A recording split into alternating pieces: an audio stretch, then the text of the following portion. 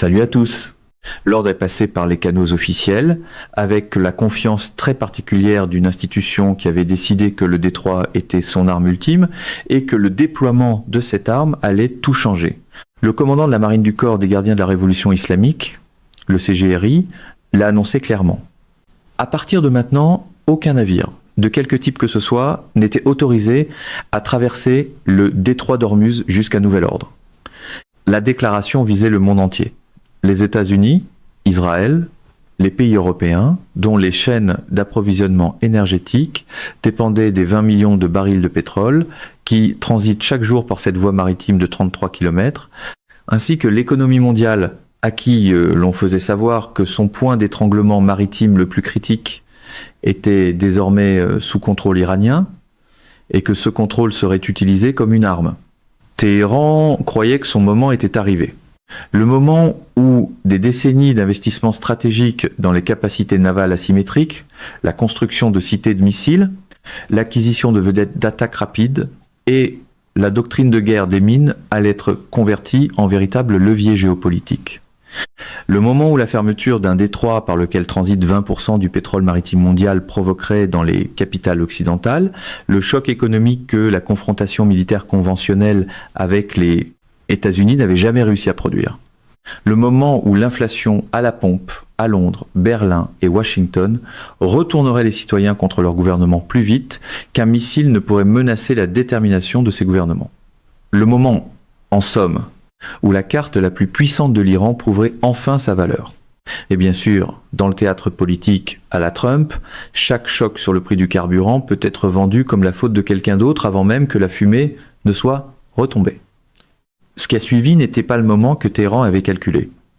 Ce qui a suivi, c'est l'anéantissement presque total de la marine iranienne en quelques jours, la fuite désespérée des navires survivants vers des ports étrangers à travers l'océan Indien, la première frappe à la torpille depuis la Seconde Guerre mondiale et la destruction systématique de chaque navire mouilleur, de mines de l'inventaire iranien, avant que ces bâtiments puissent accomplir la mission qui aurait transformé le détroit en un danger qu'aucune opération de dragage de mines n'aurait pu éliminer pendant des années.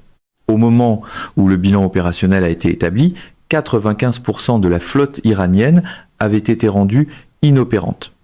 La marine qui s'était proclamée maîtresse du détroit avait cessé d'exister comme force militaire fonctionnelle.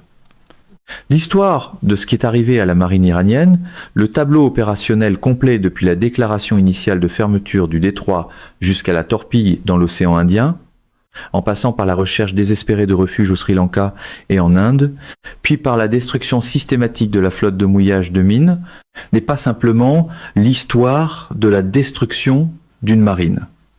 C'est la démonstration la plus claire disponible de l'écart catastrophique très précis entre la capacité que la doctrine militaire iranienne pensait posséder et la capacité que la marine américaine a réellement démontrée lorsque les deux doctrines se sont rencontrées dans l'environnement opérationnel créé par la fermeture du détroit. Pour comprendre pourquoi la destruction de la marine iranienne a été aussi complète et aussi rapide, il faut comprendre ce que Téhéran pensait faire lorsqu'il a fermé le détroit et pourquoi la logique stratégique qui semblait convaincante dans les salles de planification s'est effondrée dès son contact avec la réalité opérationnelle. La compréhension qu'avait la marine du CGRI de son levier dans le détroit d'Ormuz reposait sur un ensemble de capacités qui étaient réellement existantes et réellement dangereuses. Il ne s'agit pas ici d'une institution qui aurait mal calculé à partir d'une position de faiblesse totale. Les armes asymétriques que l'Iran avait développées au cours de 4 décennies d'investissement systématique dans la doctrine issue de l'engagement de 1988 contre la marine américaine, l'opération Praying Mantis, qui avait coulé ou neutralisé environ la moitié des moyens navals alors opérationnels de l'Iran en une seule journée, représentait une capacité réelle contre certaines catégories d'adversaires dans certains scénarios opérationnels. Les missiles balistiques anti-navires stockés dans des grottes de montagne le long du littoral du détroit. Des systèmes comme les missiles KM2 et Core, capables d'atteindre des vitesses de Mach 3, capables de frapper un énorme pétrolier et de l'envoyer par le fond avant qu'une quelconque contre-mesure défensive puisse être exécutée, ne sont pas fictifs, ils existent, ils ont été testés. Leurs paramètres techniques sont documentés. Les drones kamikazes Shahed 136 en attente dans des plateformes de lancement souterraines le long de la côte, avec des portées mesurées en milliers de kilomètres et des coûts de production qui rendent un déploiement massif économiquement réalisable, ne sont pas des menaces de papier. Ils ont frappé des cibles sur plusieurs théâtres de conflit. Les vedettes d'attaque rapide opérant depuis les eaux côtières peu profondes et parsemées d'îles du détroit, capables de mener des attaques en essaim, de harceler et de miner dans un environnement où la géographie confinée limite l'espace de manœuvre disponible pour les grands bâtiments de surface, représente l'approche tactique précise que la doctrine iranienne avait identifiée comme la réponse asymétrique à la supériorité navale américaine. L'erreur stratégique ne se trouvait pas dans l'évaluation des capacités. L'erreur stratégique se trouvait dans le modèle de menace. La doctrine navale du CGRI reposait sur l'hypothèse selon laquelle l'adversaire qui l'affronterait dans une confrontation directe serait contraint par les mêmes calculs politiques qui avaient limité la réponse de chaque administration américaine précédente aux provocations iraniennes, le calcul selon lequel le coût de l'escalade, le risque d'un conflit plus large et la perturbation économique d'une confrontation prolongée finiraient par limiter ce que Washington serait prêt à faire. La doctrine reposait sur une idée des États-Unis qui répondrait à la fermeture du détroit par des pressions diplomatiques, un durcissement des sanctions et des signaux militaires soigneusement calibrés. Pas par des groupes aéronavals menés par l'USS Gerald Ford et l'USS Abraham Lincoln, déjà positionnés dans la région. Pas par des bombardiers B-52, livrant des munitions pénétrantes contre chaque port et chaque installation navale que les navires iraniens appelaient leur port d'attache. Pas par des missiles de croisière Tomahawk démantelant systématiquement les infrastructures portuaires dont la flotte restante avait besoin pour survivre. Lorsque la réponse de l'administration Trump à la fermeture du détroit est arrivée, elle n'est pas arrivée à la vitesse de la délibération diplomatique. C'était la partie que les slogans de salle de presse n'avouent jamais vraiment. Une crise ne ralentit pas simplement parce qu'une formule de campagne sonne avec assurance. Elle est arrivée à la vitesse d'une force militaire prépositionnée qui avait déjà calculé chaque scénario et déjà choisi sa réponse à chacun d'eux. La destruction qui a suivi n'a pas été improvisée. Elle a été exécutée contre un ensemble de cibles qui avaient été cartographiées, analysées, hiérarchisées et simulées avant que le commandant de la marine du CGRI n'émette le premier avertissement de non-transit. Le prix lourd que l'Iran a payé pour son erreur historique n'était pas une issue contingente de l'engagement. C'était la conséquence planifiée de l'activation d'une architecture de réponse que l'armée américaine avait construite précisément pour ce scénario. L'opération de fuite qui a suivi la destruction des ports d'attache iraniens révèle la logique opérationnelle de ce qui est venu ensuite. Dans le vocabulaire préféré du camp Trump, on appellerait probablement cela de la force. En termes opérationnels, c'était simplement une machine déjà chargée, pointée et en attente. La fuite de l'Iris Dena, de l'Iris Alvan et de l'Iris Boucher à travers l'océan Indien, ainsi que ce qui leur est arrivé, constitue l'illustration opérationnelle de la thèse que les suites de la fermeture du détroit étaient conçues pour établir. Il n'existe aucun refuge sûr pour les moyens navals iraniens nulle part sur l'océan mondial. Ni dans des ports amis, ni dans les eaux internationales, ni dans les équivalents maritimes d'un territoire neutre. La puissance navale américaine atteint chaque recoin de l'océan accessible depuis la surface ou depuis les profondeurs, et elle était prête à les atteindre dès le début. Les 3 navires revenaient de l'exercice Milan 2026 lorsque la guerre a commencé. Ils avaient quitté le port de Visakhapatnam en Inde et se dirigeaient vers le Sri Lanka dans le cadre de leur trajet de retour. La marine américaine les suivait depuis le moment où ils avaient quitté les eaux indiennes. Leur route était calculée, leur destination anticipée, leurs options cartographiées, avant même qu'ils comprennent que leurs options étaient déjà en train de s'épuiser. L'Iris Dena a accéléré lorsqu'il a remarqué la surveillance américaine. Cette accélération n'a fait aucune différence opérationnelle. Le 4 mars 2026, dans les eaux internationales au large du Sri Lanka, l'Iris Dena a été frappée par une torpille lancée par un sous-marin américain. C'était la première frappe à la torpille depuis la Seconde Guerre mondiale. La première fois qu'un sous-marin américain utilisait une torpille en situation de combat depuis la décennie où la guerre sous-marine avait contribué à déterminer l'issue du conflit qui a façonné l'ordre mondial actuel. La portée de cette décision opérationnelle n'est pas principalement tactique, elle est communicative. Elle annonce, dans le langage le plus clair que puisse employer la puissance navale, que les sous-marins américains opérant dans tous les océans ne sont pas limités à un théâtre géographique précis. Les moyens navals iraniens qui avaient quitté les eaux iraniennes, en croyant s'échapper vers la sécurité des conventions maritimes internationales, découvraient que la portée de la puissance militaire américaine est exactement aussi mondiale que la doctrine américaine l'a toujours affirmé. L'Iris Alvan a connu une autre fin en changeant de cap sous le prétexte déclaré d'un problème technique. Un prétexte qui n'a trompé personne, mais qui a créé un cadre diplomatique pour la suite.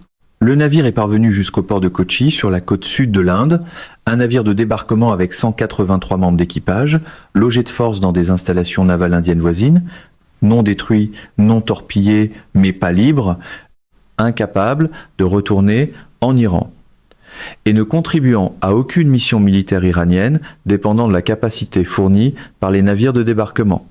Effectivement retiré de l'équation opérationnelle par un processus qui atteignait l'objectif militaire sans la complication diplomatique supplémentaire d'une deuxième frappe à la torpille dans les eaux sud-asiatiques. L'Iris Boucher a cherché refuge à Colombo, au Sri Lanka, et a été détenu. Un autre navire ravitailleur de flotte, retiré de la disponibilité opérationnelle par le mécanisme de la détention portuaire plutôt que par une action cinétique. Le schéma observé pour les 3 navires communique le même message que la torpille contre l'Iris Dena. Les moyens navals iraniens n'avaient aucune destination sûre, nulle part dans le théâtre de l'océan Indien. Ceux qui ont été frappés ont été frappés. Ceux qui ont atteint un port ont été détenus. Ceux qui auraient pu tenter de rejoindre les forces iraniennes n'avaient aucune voie pour le faire sans traverser un environnement maritime que la surveillance américaine dominait entièrement et que la puissance navale américaine pouvait atteindre partout. Plus de 60 navires iraniens ont été frappés dans la campagne globale déclenchée par la fermeture du détroit. Les bâtiments qui tentaient de se fondre dans la Shadow Fleet, ce réseau de pétroliers qui transportaient du pétrole iranien vers des acheteurs chinois, en dissimulant leur origine, en falsifiant leurs documents d'immatriculation et en opérant dans les zones grises maritimes où l'application des sanctions avait historiquement été la plus faible, ont découvert que la posture opérationnelle escaladée avait changé les paramètres de ce que l'armée américaine était prête à faire dans ces zones grises. Les navires qui se dirigeaient vers le Pakistan ou Oman, cherchant le genre d'arrangement discret qui avait historiquement permis à la navigation commerciale et militaire iranienne de fonctionner avec des perturbations limitées, ont constaté que ces arrangements n'étaient plus disponibles dans le contexte opérationnel créé par la fermeture du détroit.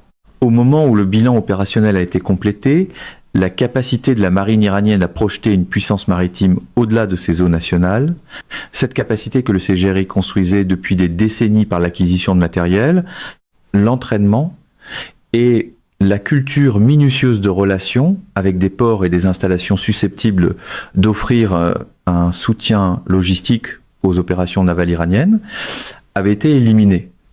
Le concept de flotte fantôme que l'Iran développait comme alternative à la projection navale conventionnelle a été perturbé au niveau opérationnel. Les navires restants étaient soit cachés dans le port qu'ils avaient pu atteindre, soit opérés dans les ombres côtières si près du rivage qu'ils cessaient de constituer une véritable menace navale hauturière.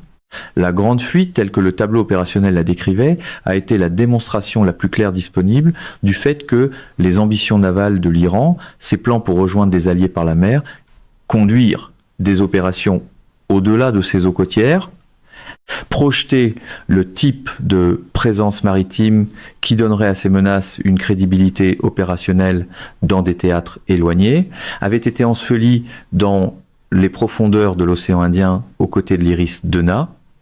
L'attaque contre la navigation commerciale a été la tentative du CGRI de convertir sa capacité côtière restante en levier économique, ce que la perte de la confrontation navale lui avait refusé. 17 pétroliers commerciaux différents ont été attaqués alors qu'ils tentaient de traverser le détroit. 6 énormes pétroliers ont été rendus inutilisables.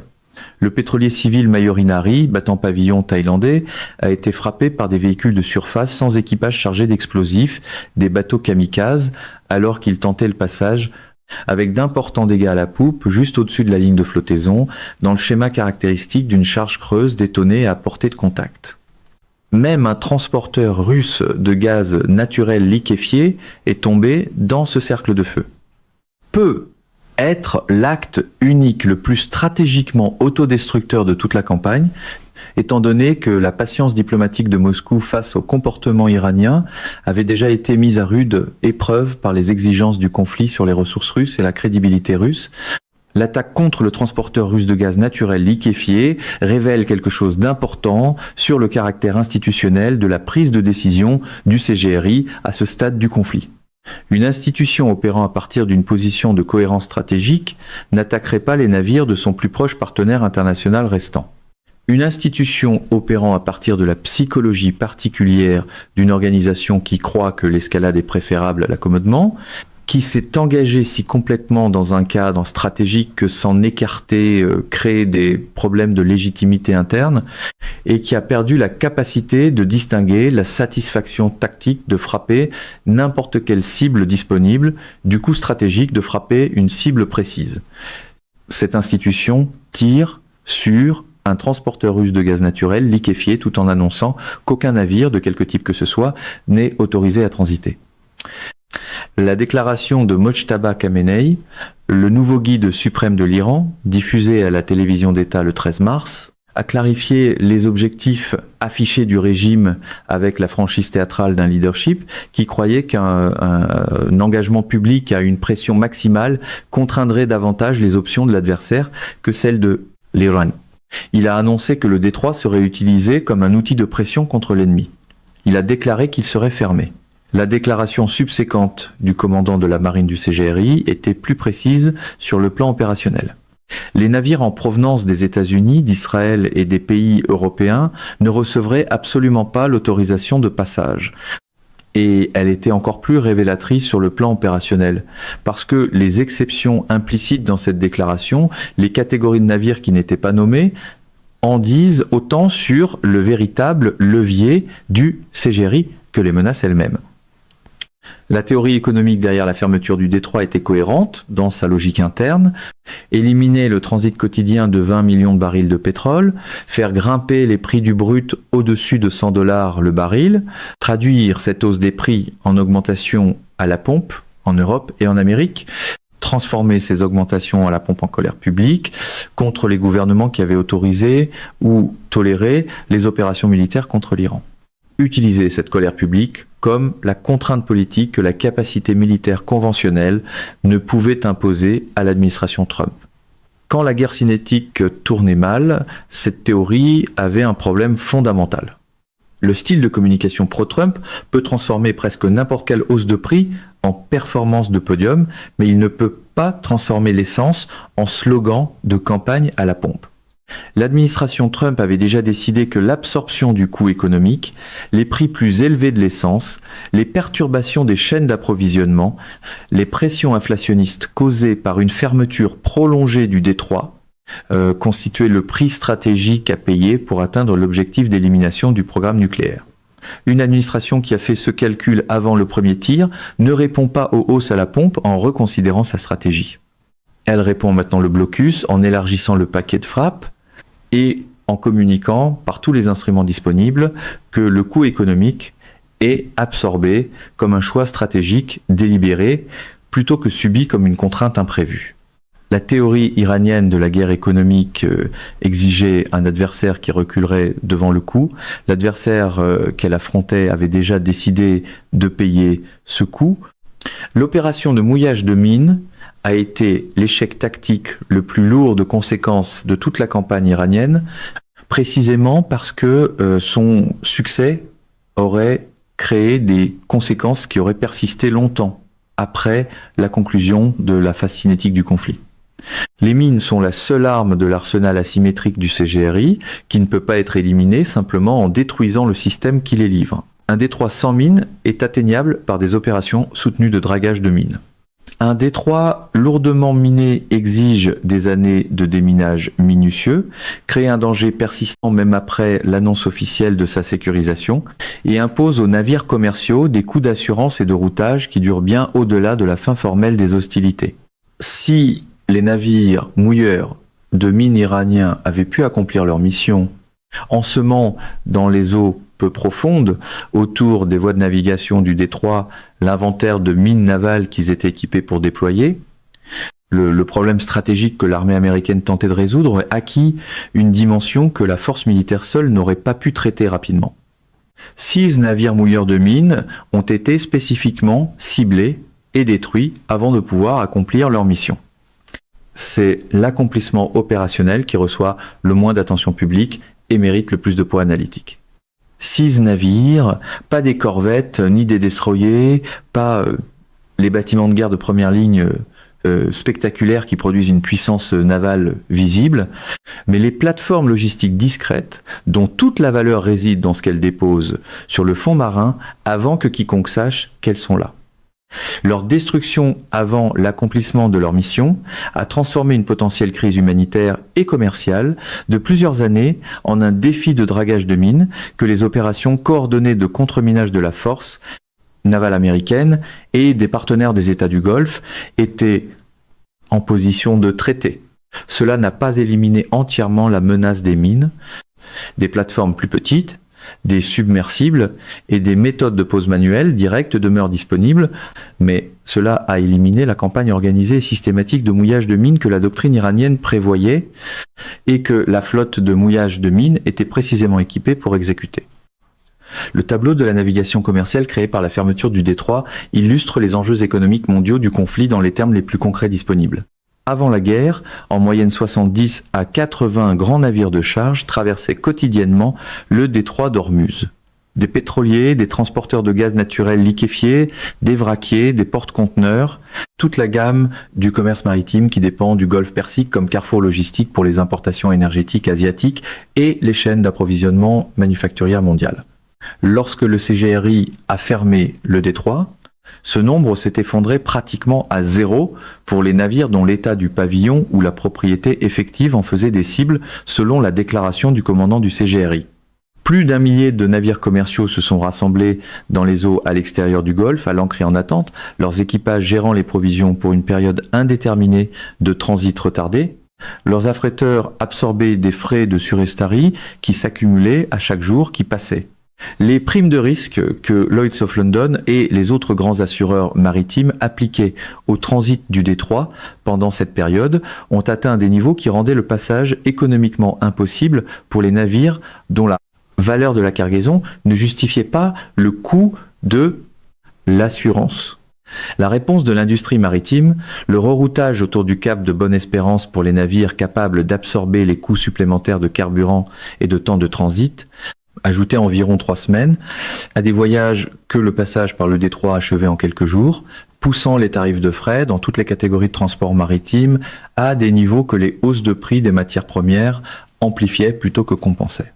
Les exceptions à la fermeture effective révèlent le plus clairement les véritables dynamiques de pouvoir que le CGRI tentait de gérer. Les navires liés à la Chine, des bâtiments dont la propriété effective, l'immatriculation ou le manifeste de cargaison correspondaient à des intérêts commerciaux chinois, ont fonctionné sous ce qui équivalait à un arrangement d'immunité officieux, déclarant bruyamment leur identité chinoise par les transmissions du système d'identification automatique et s'appuyant sur la retenue calculée du CGRI envers les intérêts commerciaux de Pékin pour obtenir un passage que les navires battant d'autres pavillons ne pouvaient pas obtenir. D'énormes cargos utilisaient l'identification numérique comme bouclier, diffusant leur affiliation chinoise comme déclaration protectrice dans un environnement où cette affiliation portait une protection diplomatique informelle. L'arrangement communiquait quelque chose de précis sur les limites de la doctrine iranienne de fermeture du détroit. Elle n'était pas absolue. Elle était calibrée selon les relations politiques que le régime devait préserver, et n'était donc pas l'instrument de levier inconditionnel que la déclaration d'ouverture laissait entendre. l'opération Mafiki-Albar du Pakistan, la mission d'escorte armée lancée par la marine pakistanaise pour protéger ses propres pétroliers civils à travers la mer d'Arabie, représentait un autre type d'exception. Une exception motivée non par une immunité diplomatique informelle, mais par l'affirmation explicite du droit d'une marine plus petite à protéger sa propre navigation commerciale par l'usage de bâtiments d'escorte armée, que le CGRI n'était pas prêt à défier directement.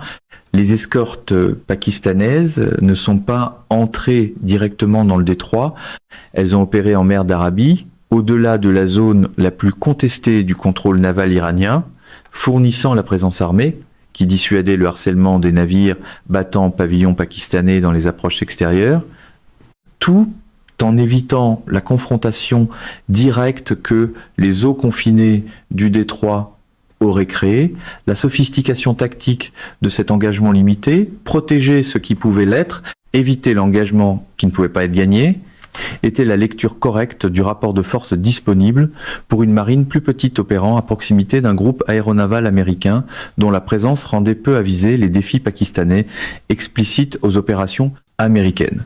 Les 15 navires de la Turquie en attente dans le détroit ont produit le passage du Rosanna comme démonstration que les canaux diplomatiques pouvaient parfois obtenir ce que la puissance militaire ne pouvait pas. Que les négociations informelles par lesquelles certains navires obtenaient certaines permissions auprès des commandants navals iraniens étaient réelles et parfois productives, mais le fait que 14 navires aient continué d'attendre, après qu'un seul a réussi à passer communique, les limites de ce mécanisme diplomatique, aussi clairement que ce succès unique communique sa disponibilité occasionnelle. Le passage en sécurité du Rosanna n'était pas la preuve que le détroit était ouvert. C'était la preuve que le passage était possible pour certains navires par des arrangements précis contrôlés par le CGRI et révocables à tout moment. L'annonce de Trump sur la mission d'escorte, la déclaration selon laquelle les navires de guerre américains escorteraient personnellement les pétroliers civils dans la région et selon laquelle la marine américaine assumait le rôle de police maritime mondiale pour le détroit, constituait la réponse opérationnelle à la crise de la navigation commerciale créée par la fermeture iranienne. C'était aussi le genre d'annonce qui se place parfaitement derrière un podium, simple, musclé et commodément silencieux sur la longue facture qui suit. C'était aussi l'escalade au-delà de ce que les planificateurs doctrinaux iraniens avaient modélisé comme la réponse la plus agressive de l'adversaire. Le positionnement de systèmes avancés de défense aérienne autour du détroit, le déploiement de groupes aéronavals dans des positions donnant à leurs ailes aériennes une couverture sur chaque position côtière iranienne située à portée du détroit. La déclaration selon laquelle les opérations offensives se poursuivraient jusqu'à l'élimination complète des menaces terrestres capables de menacer le détroit.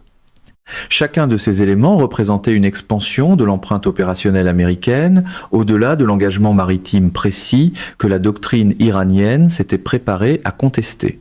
La deuxième phase des opérations, le ciblage systématique des systèmes terrestres, que le CGRI avait passé des décennies à dissimuler dans les montagnes côtières et les complexes souterrains du littoral iranien, est le moment où le tableau opérationnel passe du domaine naval au domaine que le CGRI croyait être son ultime repli. La marine pouvait être coulée. Les positions côtières dans les montagnes avaient été durcies contre les attaques aériennes, dissimulées à la surveillance aérienne, et équipées d'infrastructures de communication et de commandement redondantes, censées leur permettre de fonctionner même après la perte des moyens navals conventionnels. Les missiles KM-2 et Core dans leurs grottes de montagne, les installations de lancement de drones Shahed dans leurs plateformes souterraines, les stations radars et les nœuds de commandement reliant le réseau côtier dispersés en un système opérationnel coordonné. Ce sont ces actifs que la doctrine du CGRI identifiait comme le facteur de dissuasion que la défaite militaire conventionnelle ne pouvait pas éliminer. La réponse du Pentagone à ces cibles a démontré la même profondeur de renseignement qui caractérisait la campagne navale. Les satellites dans l'espace et les avions de reconnaissance à haute altitude ont balayé le littoral iranien avec une couverture continue qui finit par produire le type de données de localisation précise dont un paquet de frappe a besoin pour exécuter une attaque contre une installation. Souterraine durcie, des bombardiers avancés ont livré les systèmes d'armes spécifiquement conçus pour exactement ces catégories de cibles. Les munitions pénétrantes, que les installations souterraines étaient conçues pour survivre, et que la précision du ciblage des systèmes de livraison modernes transforme d'armes de suppression de zone en outils d'élimination chirurgicale lorsque la précision des coordonnées est suffisante. Les stations radars détectées ont été frappées dans la fenêtre entre leur détection et leur extinction. Les centres de lancement de drones ont été ciblés avant que les appareils qu'ils abritaient puissent être lancés et repositionnés. Les installations de commandement souterraines ont été traitées avec les armes spécifiques conçues pour les atteindre aux profondeurs où elles étaient censées fonctionner. C'est cette phase que les déclarations du secrétaire à la défense Pete Hegseth ont décrite avec la précision d'un ministère confiant dans ses progrès opérationnels. Les capacités militaires de l'Iran ont subi une destruction massive. L'évaluation n'est pas rhétorique. 95% de la flotte disparue. Dans le langage du message pro-Trump, des chiffres comme celui-là sont faits pour une bannière. En réalité, ils décrivent un séisme stratégique, pas une affiche de campagne. Des navires mouilleurs de mines détruits avant l'achèvement de leur mission. Une infrastructure de défense aérienne dégradée par des opérations soutenues de suppression. Des réseaux de commandement et de contrôle perturbés par des frappes contre les nœuds qui relient les systèmes côtiers dispersés de l'Iran en une architecture opérationnelle coordonnée. La suite d'autoprotection VITEP sur un K-52 démontre ce qu'une ingénierie défensive sophistiquée peut accomplir. L'élimination systématique de ce que ces systèmes défensifs protègent démontre ce que des opérations offensives soutenues, avec un avantage en renseignement, peuvent accomplir contre des cibles même bien dissimulées et durcies. La dimension outil complique le tableau opérationnel d'une manière précise que l'analyse centrée sur le détroit néglige parfois. Les forces outils du Yémen, armées et formées avec de la technologie iranienne et opérant dans les approches de la mer Rouge vers le détroit de Bab el-Mandeb, ont créé la crise à double point d'étranglement que la doctrine de dissuasion régionale du CGRI avait envisagée comme sa configuration de levier maximal. Le détroit d'Ormuz sous contrôle du CGRI, Bab el-Mandeb sous pression outil. Le commerce maritime mondial comprimé simultanément par les deux extrémités, l'effet économique cumulatif de deux crises simultanées au point d'étranglement dépasse ce que chacune pourrait produire séparément. Les missiles Quds et Toufan que les forces Houthis ont employés contre la navigation en mer Rouge constituaient la composante technologique iranienne de cette double crise. Et le financement ainsi que la chaîne logistique qui maintenait les opérations Houthis viables était l'investissement dans le réseau de mandataires que le CGRI faisait depuis des années en prévision exactement de ce scénario. L'effet du blocus sur les finances du CGRI a progressivement miné la chaîne d'approvisionnement qui soutient la capacité opérationnelle Houthi, produisant la dégradation opérationnelle graduelle de l'activité Houthi en mer Rouge qui a accompagné la décomposition plus large du réseau de mandataires.